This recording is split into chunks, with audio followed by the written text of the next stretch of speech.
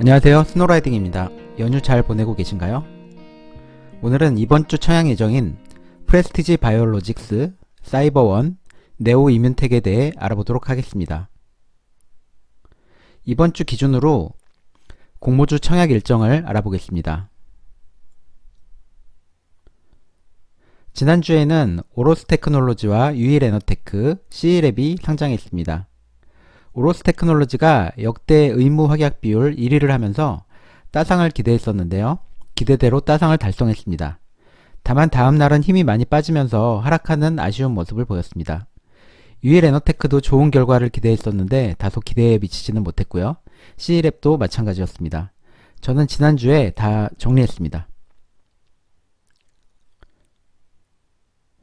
이번 주에는 지난주 청약했던 나노CMS 환불이 있고요. 나노CMS는 1296대 1의 높은 경쟁률로 흥행에 성공했습니다. 다음 주 3월 9일에 상장하게 됩니다. 이번 주에는 오늘 말씀드릴 사이버원, 프레스티지 바이오로직스, 네오 이뮨텍 청약이 있습니다. 사이버원과 프레스티지 바이오로직스는 청약 일정이 같고 네오 이뮨텍은 금요일까지 청약하면 됩니다. 그리고 다음 주에는 공모주의 또 다른 역사를 쓸 것으로 예상되는 올해 최대의 기대주 중 하나인 SK바이오사이언스가 청약을 합니다. 그리고 바이오다인, 라이프 시멘틱스도 청약하니 잘 준비해야겠습니다.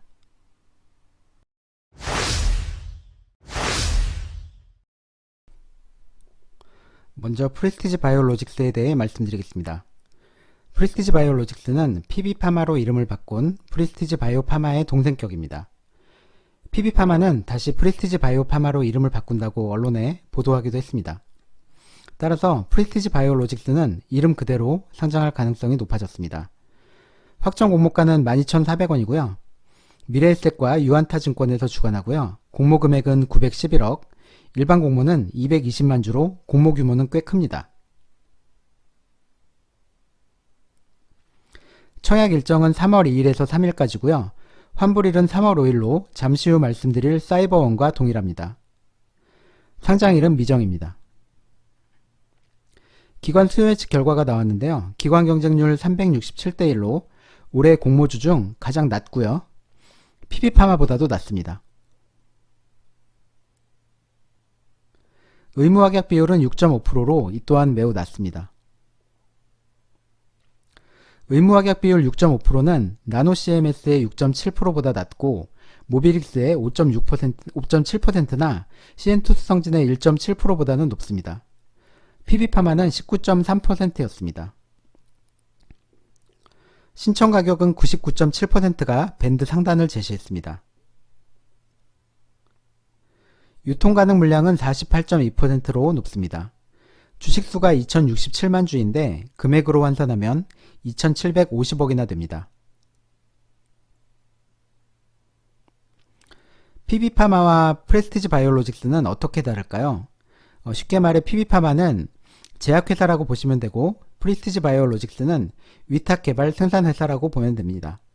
보통 CMO 또는 CDMO라고 합니다. 세계 바이오 의약품 시장 규모는 매우 가파르게 성장하고 있고 전체 의약품에 대한 비중도 증가하고 있고 2026년까지 전체 의약품의 35%로 전망하고 있습니다.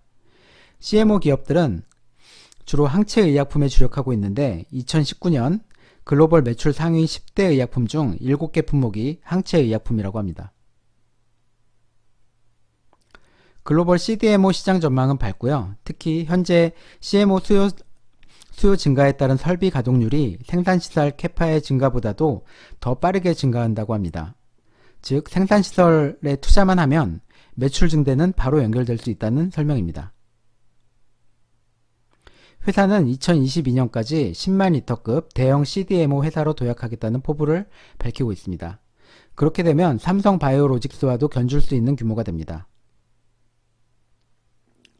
현재 진행 중인 PB파마의 파이프라인을 프레스티지 바이오로직스에서 생산을 하게 될 텐데요. 10개의 파이프라인 중 4개의 파이프라인에 주목하고 있고 특히 올해 유럽에서 상용하는 허셉틴 바이오시밀러에 주목하고 있습니다. 그리고 아바스틴 바이오시밀러는 글로벌 임상 3상 중입니다. 매출액은 올해 346억, 영업이익은 63억 예상하고 있습니다. 올해 발생하는 대부분은 HD201, 즉 허셉틴 바이오시밀러에 기대하고 있습니다. 하지만 허셉틴 바이오시밀러는 이미 글로벌 빅파마들의 전쟁터인 듯합니다. 가격 경쟁력이 매우 중요한 성공 요인일 듯합니다. 셀트리온은 일본에서 잘하고 있는 것 같습니다. 공모가는 2021년과 2022년 추정 단기 순이익으로 산정했습니다. 역시 실적 달성 가능 여부가 관건입니다. 프리스티지 바이오로직스는 국내 기업이기 때문에 PB파마와는 달리 장외에서 거래가 되고 있네요. 2만원 수준으로 거래되고 있습니다. 성장성 특례 상장으로 근본을 상장하는데 환매 청구권이 부여됐습니다. 이는 투자자들에게 호재일 수 있겠네요. 그런데 최근에 이런 기사를 발견했습니다. 프리스티지 바이오로직스의 최대 주주가 과거 상장 폐지 전력이 있다는 겁니다. 과거 바이오 기업 상장 폐지 직전에 보유 지분을 모두 처분하고 회사를 떠난 전례로 도덕성 이슈가 불거졌네요. 이분은 현재 프리스티지 바이오로직스의 최대 주주이고 PB파마의 2대 주주라고 합니다. 현재 저는 PB파마를 보유하고 있고 허셉틴 바이오의 출시 및 초기 매출이 나올 것으로 예상되어 최소 올해 말까지는 보려고 하는데요. 상장 후부터 지켜보면 외국인들의 매도가 계속 이어졌고 현재는 외국인 지분이 거의 없는 상태입니다. 지난 금요일에 처음으로 외국인 매수세가 들어온 정도입니다. PB파마를 외국인은 왜 모두 매도만 하는 건지 의문스러운 부분입니다. 정리해 보겠습니다. 프리스티지 바이오로직스의 기회는 장외가보다 공모가가 높아 어느 정도 수익을 실현해 줄 수 있지 않을까 예상해 보며 바이오 시밀러 및 CDMO로서의 전망이 밝으며 환매 청구권이 있다는 점이 좋습니다. 위험 요소로는 실적 달성이 가능할지 의문스러운 부분과 최대 주주 리스크가 있고요. PB파마의 외국인들의 매도 행렬이 의심스럽습니다. 균등 청약은 해도 될 것 같고요. 비례 청약은 자칫 잘못하면 너무 많은 주식수를 받을 수 있을 것 같아서 적당히 조절할 필요가 있지 않을까 생각합니다.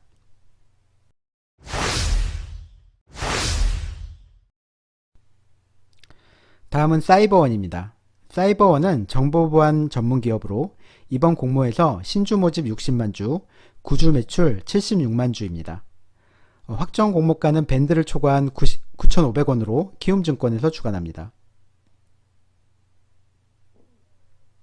공모 일정은 3월 2일, 3일 청약이고 환불은 3월 5일로 프리스티지 바이오로직스와 같습니다. 상장일은 3월 11일입니다. 기관 경쟁률은 1303대 1로 준수했고요. 의무 확약 비율은 9.7%입니다.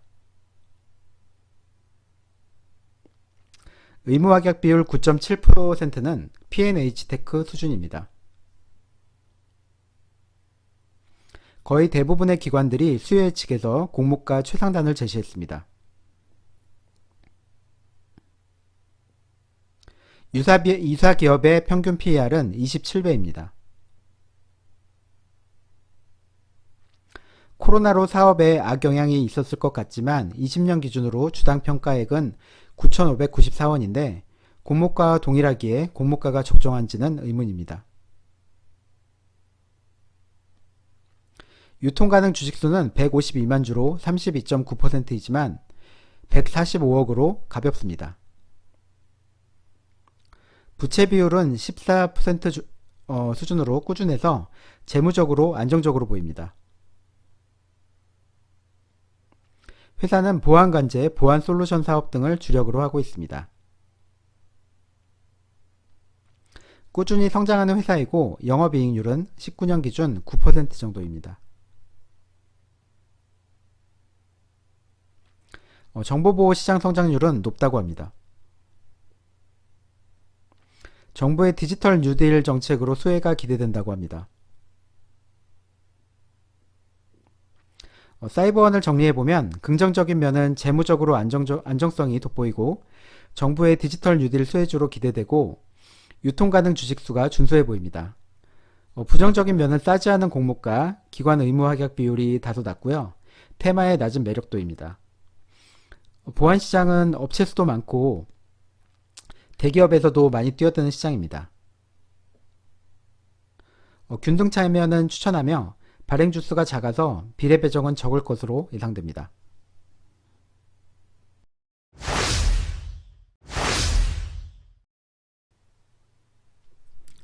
다음은 네오이뮨텍입니다. 코스닥에 상장하고 주소를 보시면 미국 회사라는 것을 알 수 있습니다. 최대 주주는 제넥신으로 25% 보유하고 있습니다. 미국에 본사를 두고 있어 현지에서 임상을 추진하기 수월하다고 합니다. 한국 법인은 판교에 위치하고 있습니다. 총 공모 주식수는 1,500만 주이고 신주 모집 100%입니다.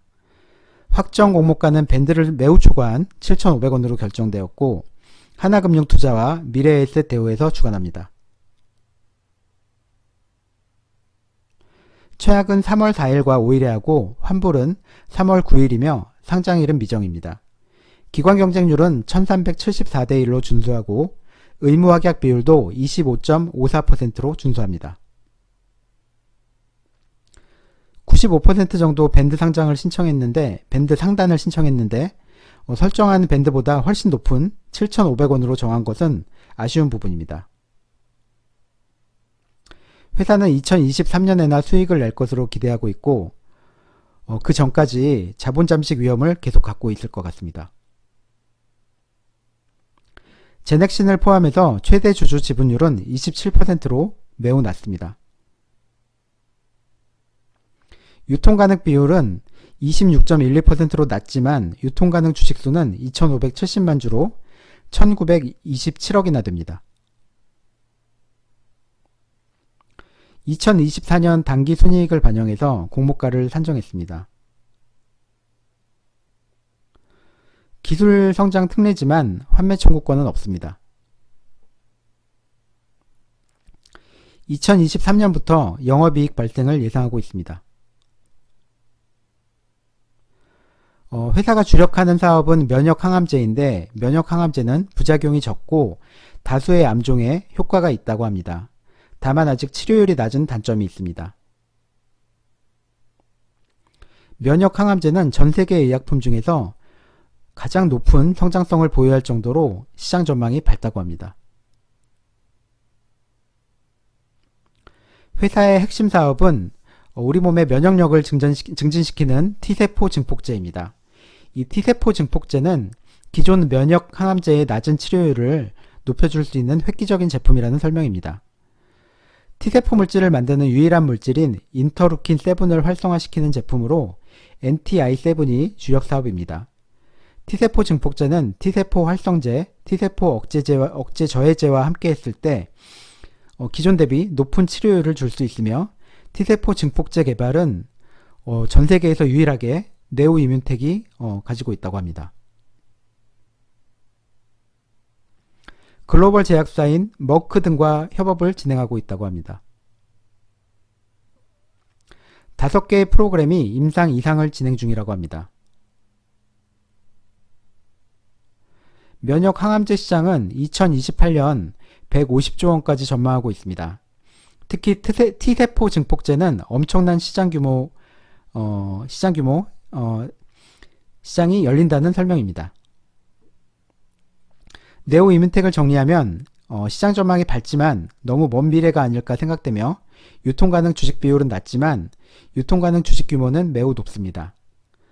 글로벌 제약사와의 협업은 긍정적이지만 환매 청구권이 없습니다.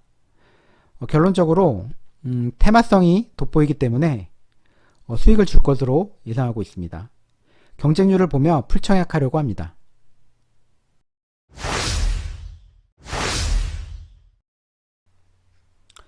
청약 전략 결론입니다.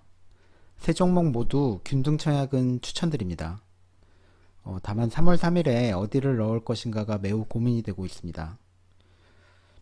경쟁률을 보면서 프레스티지 바이오로직스는 작은 수익을 줄 수도 있다고 생각되는데 주식수를 많이 받을 것 같고 사이버원은 수익은 보장될 것 같은데 비례로 받을 수 있는 물량이 아주 작을 듯 합니다. 이것은 일반 경쟁률을 보면서 판단해야 될 것 같습니다. 3월 5일에는 네오이뮨텍에 풀청약하려고 합니다. 방송 들으시는 모든 분들은 잘 판단하시고 좋은 수익 올리시기 바랍니다. 이상 스노우라이딩이었습니다. 도움이 되셨다면 구독 부탁드립니다. 감사합니다.